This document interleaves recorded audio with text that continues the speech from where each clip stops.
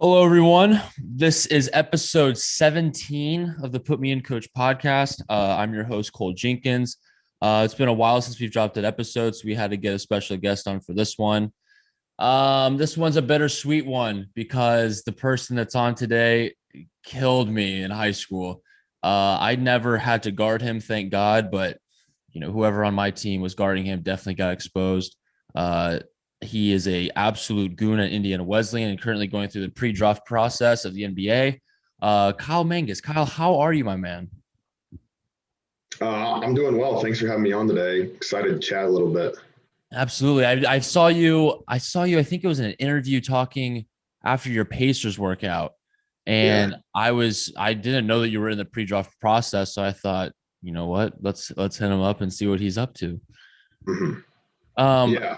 how's it been so far in the pre-draft work? I think we just talked off camera a little bit about it, but let the people know who you've been working out with and where you stand with these teams possibly. Yeah. It's going really well. I've had three workouts with the Cavs, Pistons, and the Pacers. So been kind of in the Midwest here. It's been pretty cool. But yeah, they've gone really well. Not many players from the NAIA, let alone small college, get to do those type of things, work out for NBA teams, and go through that experience. So the process has been really fun.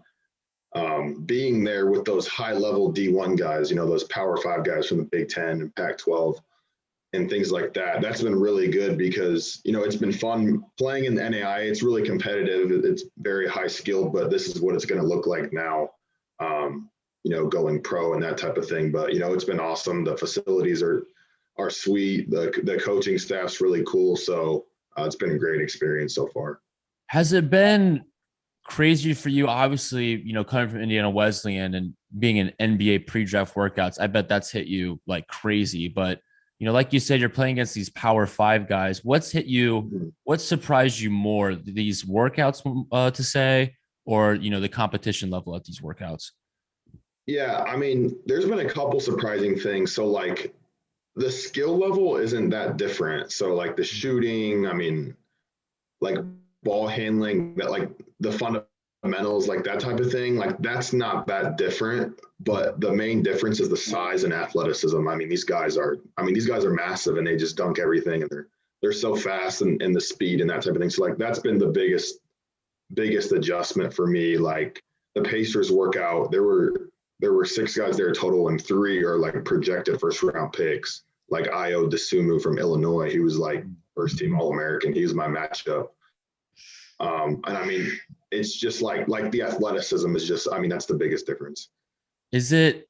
Is it? I mean, I don't want to say it's hard because obviously I've played against you and know the way you play, but I mean, is it difficult to kind of get out there and go against these Power Five guys? I mean, the competition's definitely gone up since you've been at Yeah, Indiana Wesleyan.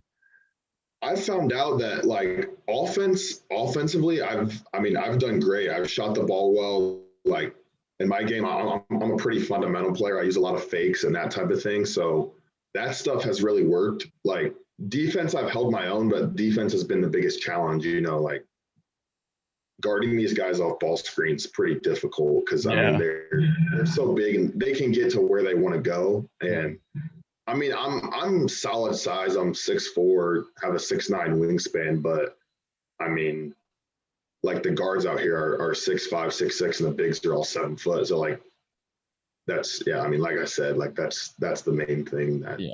that's been the biggest challenge. You mentioned guarding Ayo DeSumo, who I was a huge fan of. Yeah. We talked Yeah. about him on this podcast a lot. Is he the hardest player that you've had to go against, or what's some of the competition of players that you've had to go against so far?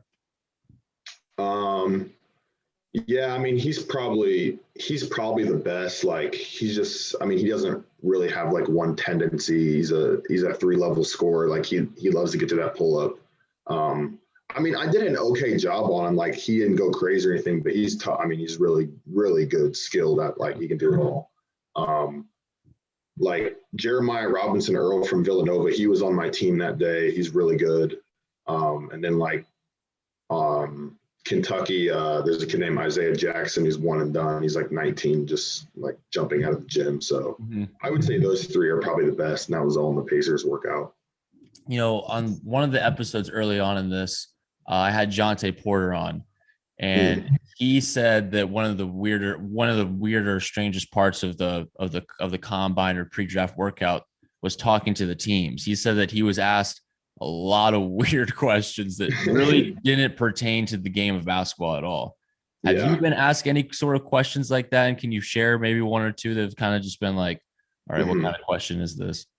I haven't been asked any weird questions. Like, I've prepped for it because that's what you hear. Like, you hear that they're going to ask, like, if you were a tree, like, what type of tree would you be? Like, I don't even know how to answer that.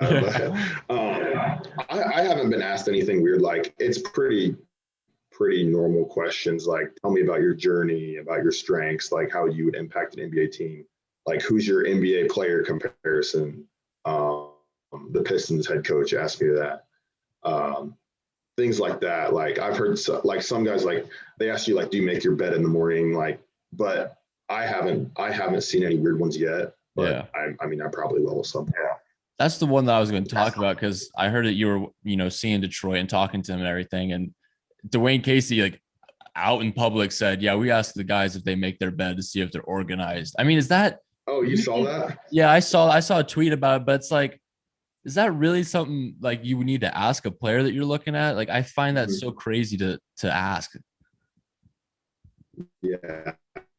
I mean, I think it was like, his thing was just to see like how they started the day. Like, he just wanted to see like what if guys had like a thought process behind that. I think that's where he was coming from.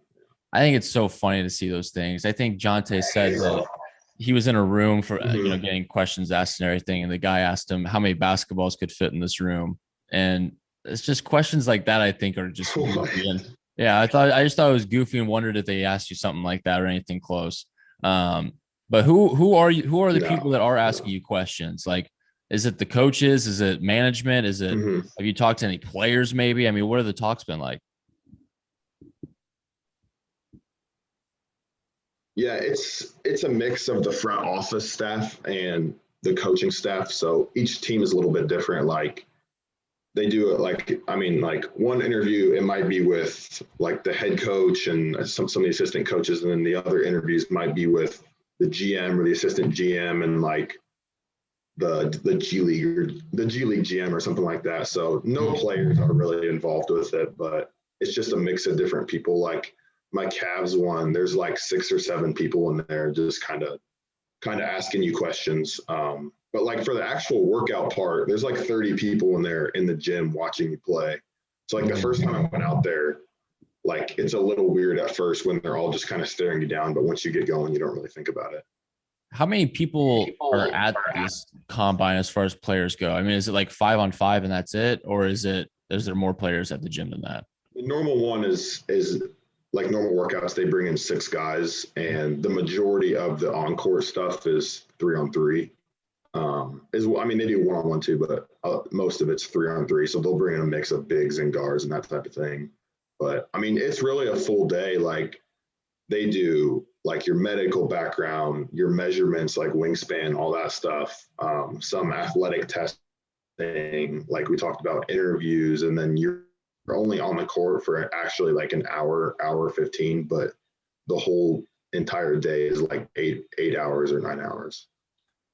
That just sounds like a whirlwind of stuff, especially coming from probably a small school. I bet it's hit you. I bet it's just been crazy to go through this process. Let's talk about how you got to this situation that you got to go to all these pre-draft workouts. I looked at your game log from the last year. I mean, you probably can assume what I'm about to talk about, but you don't only get buckets, but like you shoot such a high percent from the field. And in a lot of these games, you're not even playing 30 minutes.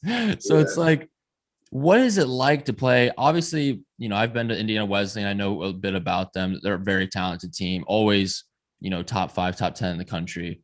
How was your time spent there? And did you ever get tired of just dominating and winning every game that you had? No, I mean, I loved my college experience. I really enjoyed it.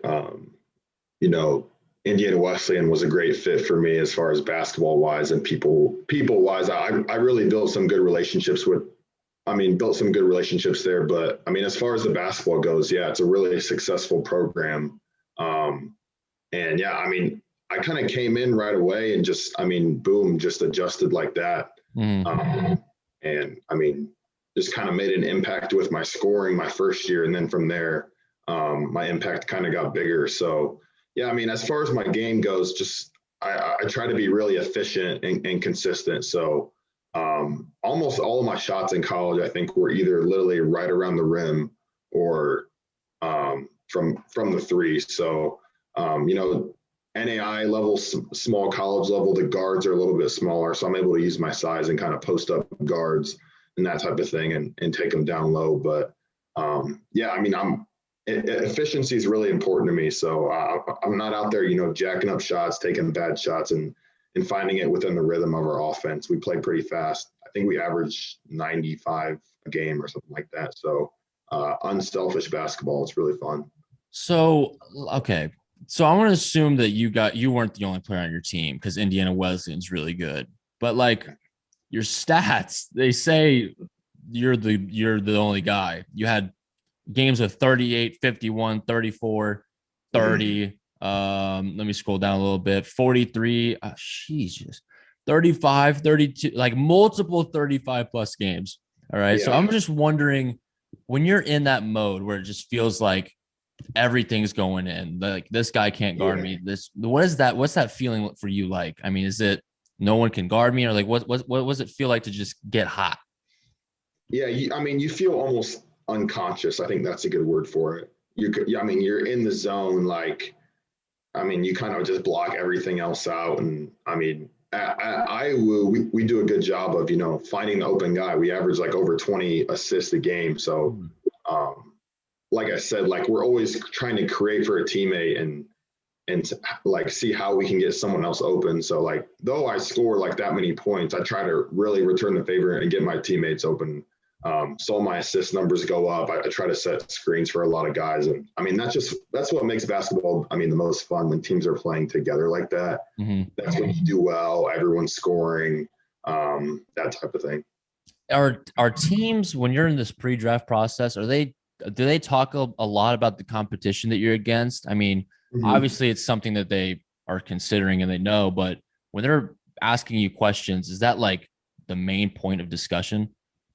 Yeah, I mean it definitely comes up, and I tell them like I realize that the level of talent that I see now is, I mean, it's going to be way higher than what I faced at IWU. But I said, I feel like with my basketball IQ, I'm able to make an impact, you know, for a team right away. I'm not just, you know, confounded to be a standstill shooter. Like people see me and they probably just think I'm a standstill shooter, like in the corner, that type of thing. But you know, I can cut, I can come off ball screens, I can pass to guys. I can make plays in the lane, that type of thing. So that's where I feel like I can impact the team. And the level of competition, it wasn't as high, but because I feel like I'm pretty versatile, I can help out. I mean, it also helps that even though you came from a smaller level, you played at the highest level at that level. You know what I mean? Yeah. Like you played on a top team in the country. So I doubt that teams are really concerned with that, considering that you were on like the best team in the country. I would think. Yeah. I mean, like the Crossroads League, like I'm sure you've heard the Crossroads League. I know you Yeah. went to Paul. But like the Crossroads League is great. Like throughout my 4 years, I think there's 10, there's I mean, 9 other teams in the league, and I've been beaten by all of them except one at some point. So like it's so competitive. We play 2 games a week, Tuesday and Saturday, and like there's so many good players and like teams out there. You have to bring it every single night, or else like you will get beat because teams are such good. I mean, 3-point shooting teams especially, but that's been really fun. I think it's prepared me. I think it has prepared me for this. So Yeah, when I went to DePaul, I quit after the first year. But coming from Carmel to a small school, I had the mindset that like, all right, I'm going to be the guy out the gate. I'm going to get my shots whenever I feel like it. And I was sure. hit with a very rude awakening in the Yeah. first month and a half of the season, just Mhm. getting whooped by Worcester, Wabash. I couldn't hang with them. Did that happen with you? Was it easy for you to kind of go from high school to a higher level, or what was it like transferring or transforming your game from high school to college? Um, I mean, as far as like skill and that type of thing, I felt like it translated pretty well. The biggest thing was probably like strength for me. Like, but I think you bring up a good point there. My dad actually he went to DePaul and he played there for a couple years. I think he graduated in 1989, but he played basketball there for a couple years, and like especially in Indiana, all levels of basketball are really good. Whether it's D3, NAIA, we don't really have any D2 teams, but I think that, I mean, it really gets overlooked. Like guys can play from all over. Like I mentioned before, the biggest difference is just the size and athleticism. So, I mean, especially when you're in Indiana, like you can go out there and if you don't bring it, like you can get beat by anybody. Oh yeah. So coming in, that was the biggest thing in the Crossroads. Like, IWU, like we have a target on our back every game. Like teams, I mean, for some teams, like it's their championship, like playing us and that type of thing. So like you have to go out there and bring it, or else I mean it's going to be a rude awakening, like you said.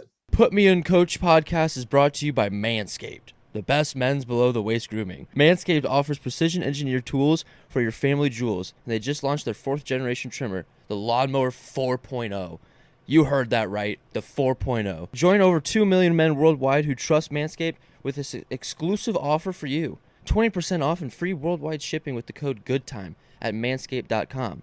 Imagine shaving with a sleek, well-designed, and optimized trimmer that makes shaving time your favorite time in the bathroom. I've been lucky enough to get my hands on one of these bad boys, and let me tell you, it's a game changer. Manscaped engineered the ultimate groin and body trimmer by focusing on intelligent functionality and an incredibly comfortable grooming experience. Their 4th generation trimmer features a cutting-edge ceramic blade to reduce grooming accidents thanks to their skin-safe technology. It's time to get your own ball hair and trimmer with Manscaped to make me time the best time, and your balls will thank you. Get 20% off and free shipping with the code GOODTIME at manscaped.com. That's 20% off with free shipping at manscaped.com and use code GOODTIME. Unlock your confidence and always use the right tools for the job with Manscaped. Now back to the show. Yeah. Before you got to college, was once you got the Indiana Wesleyan offer, was it just like set in stone that's where you're going to go? Or were there a couple of schools that you were considering outside of them? Yeah, it was pretty set in stone. I committed to IWU like right after my junior year. I wasn't getting really recruited by many schools at all, like no D1s or anything like that. Mm-hmm. Some smaller schools here in Indiana. But I was fine with that because I knew IWU was the right place for me. And I mean, it all worked out pretty well. So I was happy with it. You just said you weren't getting any D1 whatevers. That blows my mind, number one. Number two, did that piss you off? I mean, sure, you went to a great school at Indiana Wesleyan, but, Ball State couldn't give you a call. Indiana State didn't want to give you a call. I mean, do you take that personally at all? I mean, I have to be honest, like a little bit. Like it made me play with a chip on my shoulder. I felt like, you kind of look around at times and you feel like you're playing well. I mean, I'm sure a ton of other players were in this boat, and you kind of wonder, like, man, like, because like you grew up in Indiana, like you're passionate about basketball. Like you watch IU, Purdue, Butler. Like we've got all these really rich tradition teams. Like that part was a little discouraging, but then I see IWU and they really want me. Like I'm getting along so well with the coaches, and I'm like, man, like I don't need to be discouraged about anything. Like I've got something great going on here. Yeah, that's really good. I'll end it with this last topic. Like I said before, I hated playing against you in high school. It was just when we played Warsaw, coach said, listen, this Mango kid, we need to guard him and slow him down. With high school, what was it like being, I mean, no disrespect to teammates on your team, but you were the guy. I mean, we didn't know who else to guard really. It was just wherever, I think you were still number 2. We said wherever number 2 is, we either need to send 2 or we need to at least talk to where, so we can get and help. What was it like being with Warsaw and just pretty much having a pretty big green light and being the guy that they look to? Yeah, I really enjoyed playing at Warsaw. I mean, it's a rich basketball community. We're a big school up there in the north. Like I know Carmel, like you guys have all these big schools around you. We don't have a ton of big schools around us besides like Fort Wayne. But I mean, it's a really, really good basketball community. I enjoyed playing there. But I mean, like when we played you guys, like that was a game circled on our schedule. I know it wasn't a game that you guys circled on your schedule, but We could never quite beat you guys. Like, I think every game came down to like a one possession game. Like my junior year, like we were undefeated. I don't know if you remember that. You guys came up to Warsaw and Sterling Brown hit that like fadeaway shot. I'll never forget that because I know Sterling a little bit because we played at AU together. But like we always had good games against each other. I always liked how you guys played, just how solid and fundamental you guys were. Patient and obviously great at defense and that type of thing. So that's what we felt with you guys, because obviously with Carmel, like we're a big school and everything, so people just kind of know what our team's like, I guess. But when we went to play you guys, I mean, we thought you guys were just like us. You guys played sound. We tried to be like you guys, honestly. Our coach loves your guys' team, and I mean, like going against Coach Hetty, I went against them in high school, and then like I think my freshman year he was Marion's head coach, so I went against him for 4 years at Marion. So like playing against his style of teams, I have a ton of respect for. Yeah, just how you guys have always played. It's fun. It was funny because we played you guys, and I think when Sterling hit that shot, I mean, I think we had maybe 40 something points as a team. Like it was a low scoring game. So I always like to be a guy that pushes the tempo and like pushes in fast breaks. So playing you guys with Carmel was not a match made in heaven for us. But I think what I was surprised with is the community, like you said, is basketball rich. I mean, we walked in there for JV game and it was damn near sold out. Did it mean a lot to you playing in front of people like that not only came to a lot of games, but also showed so much passion for the game? Yeah, it was awesome. Like you said, especially that season, we would get to the games and we'd go out for the warm-ups before the JV, and like stands would almost be filled. Like the cheer block student section would definitely be filled. So I mean, that's like a blessing to play in front of. I mean, so many Indiana high schools, I mean, have that. But I mean, it's special. Like when you like know those community members and like you grew up there, just like playing in front of them. You can't really get that in college or anywhere else. There's always something special about that, like hometown high school team that you'll just never forget. I end each episode about 5 to 10 minutes long, just some random ass questions, just so people can get to know you a little bit. And I'll start with the first one since we talked about all this pre-draft stuff. When teams are asking you your player comparison, what's the first couple of names that you think of when it comes to your game? If you know Bogdanovich on the Hawks, he comes to my mind. I mean, like he's not like an all-star or anything like that, obviously, but he's really freaking good. Like you go watch him, and I think my game is pretty similar to him. Is there someone? Do you try to like model your game after him, or do you think that that's your player comparison? I don't really try to model. Like growing up, actually, my favorite player was Manu Ginobili. I was a big Spurs fan. Like he's my all-time favorite player for sure. So I tried to model it after him a little bit, just like how unorthodox he was and like fakes and that type of thing. Yeah. Yeah, that's actually hilarious. My dad loves him, so he'll love hearing that. Really? Who are some people that you don't want to guard in the NBA, let's say? Because obviously there's people we would want to guard, I guess, but who's someone that you're kind of looking forward to maybe guarding, but not really? Yeah, guys like I would not want to get switched onto for a one-on-one. I mean, like Kyrie, like I don't even know what I would do. Probably just like try to call for help. Right.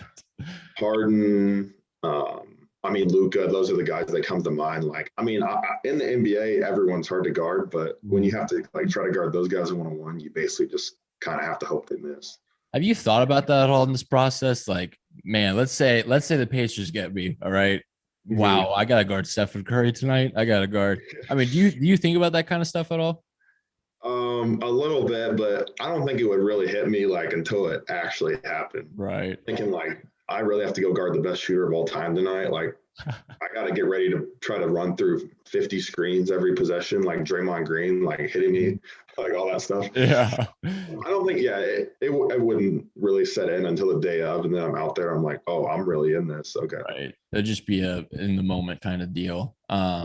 What do you like to do outside of basketball? What are some hobbies that you do when you're not grinding? Yeah. So I live on a lake up in Warsaw, Winona Lake. So we have a boat and that type of thing. There's trails by my house. So I'm pretty active. Like to play pickleball, beach volleyball, that type of thing. I also game a little bit, play Modern Warfare, 2K. So What system you on? PS5. Son of a bitch. I was about to say, I'm about to either team up with you or beat you. I don't know which one it was going to be. Yeah. That's hilarious. What kind of food do you like? What's something that we eat before games? What's our favorite meal? I mean, something on the grill is probably my favorite. My dad's really into like smoking stuff. So like he has a Traeger grill. I don't know if you do that. So like on the weekends and stuff, like pork shoulders I mean, I love steak, but just something like that. Kind of where you have to smoke it and just some type of meat, I would say. I'll end on the question of, if you weren't playing basketball, what do you think you'd be doing? If I wasn't playing basketball, I'd probably be into financial advising. I majored in finance at IWU and was able to do some pretty cool internships in the summer, Charles Schwab and Indy and that type of thing. And I really enjoyed that. So awesome. I think. Awesome. Yeah. Well, it was a pleasure having you on, man. It was good to catch up. I didn't want to talk too much about our battles in high school because I just lost those head-to-head battles every time. Every time, though. Like I said, you beat us every time. That's fair, but it's just, it hits you different when the other team has a guy with 30. But Sure. It was great to talk to you. Would love to have you on again anytime. And I wish you nothing but the best of luck in your pre-draft workouts. Yeah. Well, thanks for having me on, Cole. Appreciate it. And it was fun to talk today for sure. Absolutely. Thanks. Yeah, dream girl, dreaming, I be dreaming. Missing all the days you got me feeling. I said I love you, babe, you know I mean it. Hey, yeah, dream girl, I be dreaming.